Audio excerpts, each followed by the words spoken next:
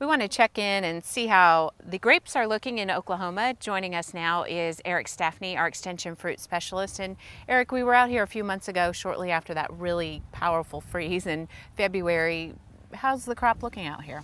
Well, it really looks better than we expected on a lot of things. But if you recall back a few months ago when we came out here, this is one of the varieties that we looked at and everything was green. It looked great. And so what we're seeing here now is the continuation of that growth. A lot of green leaves, a lot of cluster formation here. You even see that they're coming into veraison, which is a change in color process. So this variety is done very well. This is Frontenac Gris, which comes actually from Minnesota. So it has the genetics to take that really cold temperatures. So, and will they do okay through the summer heat, do you think? Well, see, that's why we're testing it. We don't know. We assume that most grapes can tolerate really high temperatures, but the fact is that we're not sure on these varieties. They're fairly new. We don't know a lot about them, so that's what we're testing here. And when will these grapes be ready? These grapes will be ready before the end of the month. Okay. They should be ready right around the end of July, first part of August. So you see in here, there's a few of these little berries, what we call shot berries in here, and sometimes they'll fall off. Just happens to be a pollination problem for some reason, maybe rain, maybe too much heat, some environmental condition that day that caused this not to be fertilized. Happens quite often, we see it. You know, there's also other factors like nutritional deficiencies that might cause that. But here we think mainly it's environmental. But it's just a small part of that cluster. We're going to have a good crop here. Although just a row over, though, doesn't look so great. Let's go take a look at that. Okay, great. Now this one, Eric, looks pretty sad. Yeah, this is a situation where this is an entirely different variety.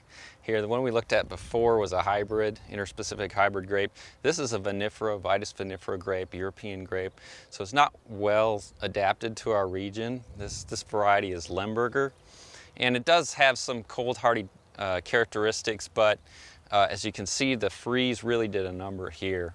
And what we have here is the buds actually were not killed, so they burst out in the spring and release the leaves and even a little bit of flowers on here.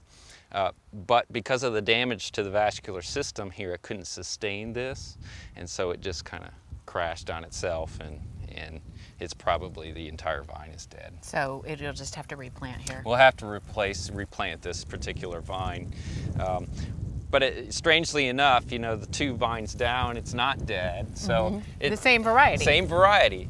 So a lot of the factors involved in this are how stressed was this particular vine before the event. Okay, so this could have been really stressed, whereas the other one not stressed because it's in better soil, it had more water, all those sort of things to make it healthier.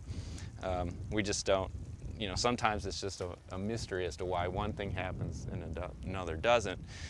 But this is a fairly typical cold damage scenario that we see in grapes. Not everything, thankfully, at the station looks quite like this. That's true. Let's take a look at the blackberries. Great, let's do that. And Eric, you say when it comes to blackberries, the fruit not so great so far? Well, the quality seems to be okay. The size is down.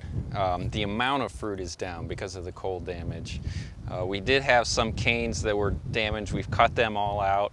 But as you can see, this regrowth here is really nice. So this is going to be our fruiting canes for next year. So we're expecting, even though this year maybe half a crop, next year we'll have a great crop. And hopefully it won't be as cold. That's correct. And finally, just briefly, how are the pecan trees looking in Oklahoma? Pecan trees, it really depends on where you're at. And there's some locations that have good crops and some that don't have anything.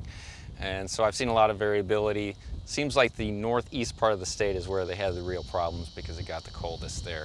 Otherwise, we're going to have some crop. Okay, well, keep us posted and we'll see you again in a few months. My pleasure. Eric Stafne, our Extension fruit specialist. Thank you.